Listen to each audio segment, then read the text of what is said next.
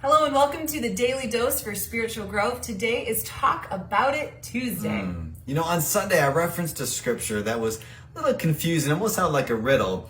In Matthew chapter 10, it says that if we cling to our life, we will lose it. But if we lose our life for Christ's sake, we will actually find it.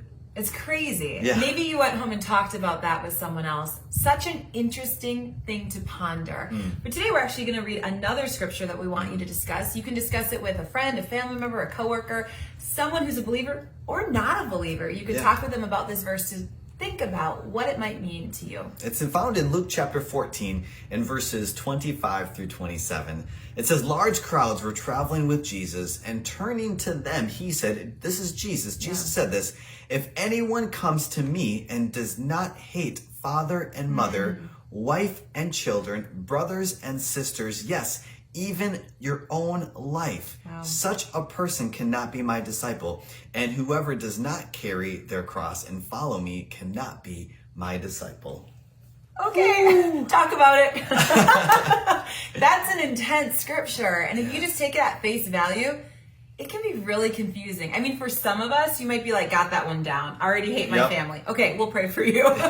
That's not what Jesus meant. No. He's not talking about actually hating them, disliking them, being in turmoil with those important people in our life.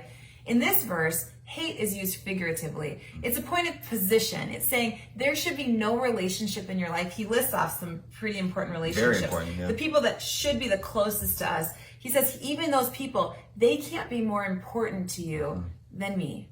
Yeah. Challenging. Talk about that with someone today. What does that look like for you? What relationships do you have in your life that maybe be inching towards that leadership role instead of Jesus? Because as his disciples, it means we're following him. The way I think about this is when you're going through a hard time, right? Struggle. We all have those. Who's the first person you talk to about it? Is it your spouse? Is it your mom? Is it that girlfriend or guy friend of yours? Or is it Jesus? Jesus is saying, as my disciple, my relationship with you should be number one.